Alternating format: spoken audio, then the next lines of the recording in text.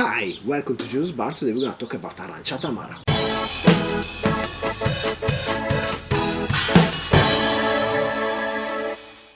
So Aranciata Amara is a typically Italian soda.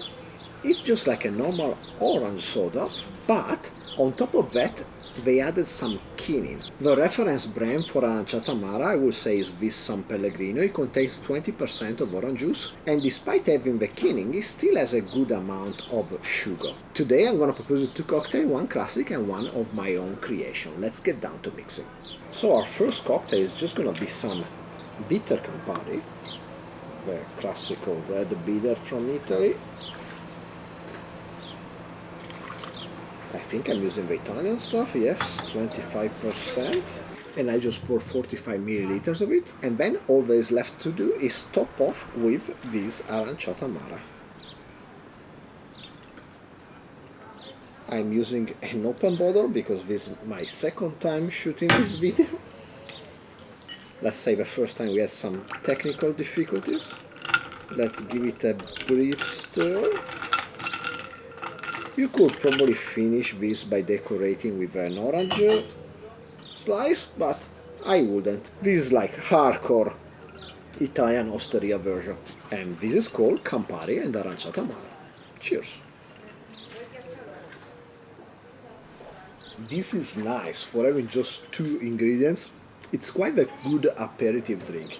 It has a pronounced bitterness, both from the Campari and the Aranciata Amara, and I would say this pronounced bitterness really helps inducing some salivation in your mouth, which makes it an ideal aperitif drink, just working up your appetite. It's really nice. I don't know if it's widely known in Italy, but I think it's well known in the Brescia province, where I'm from. Now that we have mixed this classic, let me propose you my cocktail using Aranciata Amara. For my own cocktail, let's just say the inspiration came when I mixed the marmalade sour a couple months ago. That was a cocktail based on orange and cachaça, and the bitterness of the orange marmalade reminded me of Aranciata Amara. So once I came to Italy, I thought, like, let's develop this drink I promised you I will do in that marmalade sour video. But Aranciata Amara is indeed a bit sweet, so to balance out the sweetness, let's start by adding something that tastes like oranges but also is a bit bitter, slightly bitter, the amaro Nonino. Amaro Nonino, super popular in the US. It's a relatively sweet amaro, but I think it's gonna provide us that slight complexity that we are gonna need once we've finished mixing this drink. Another thing that's gonna help with sourness and bitterness is lime juice, and I'm gonna add 22.5 milliliters of lime juice. And then we finish with our cachaça, and I'm gonna use 45 milliliters of this really nice cachaça I found here in Italy. It's called Avuá, 42%, nicely funky. And now let me go and get some ice for this glass.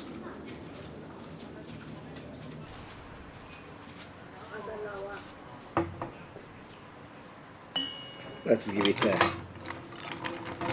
slight stir.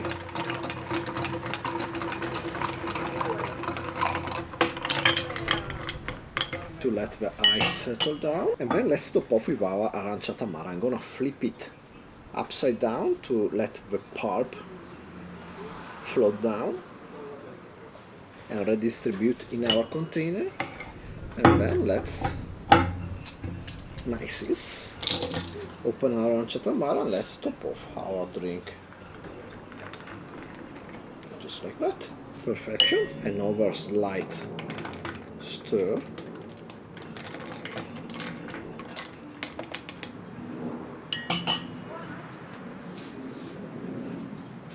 And there you go. I didn't think about the name yet. Let's call this Amara do Brasil. Cheers.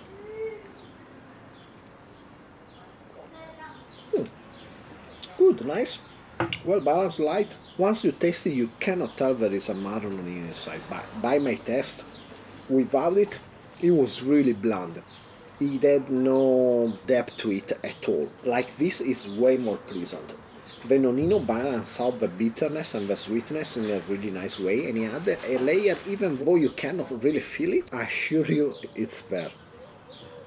Cachaça is really nice, as usual, and Aranciata Amara is nice. It's a nice soda. The only problem, yeah, as most soda, it's on the sweet side, so you have to balance out with lime juice and amaro Nonino. So if you enjoyed the video, please like, subscribe, comment down below, share me whether you like and don't like. Steal yourself a nice long drink with Aranciata Amara, and hopefully I will see you next time. Cheers!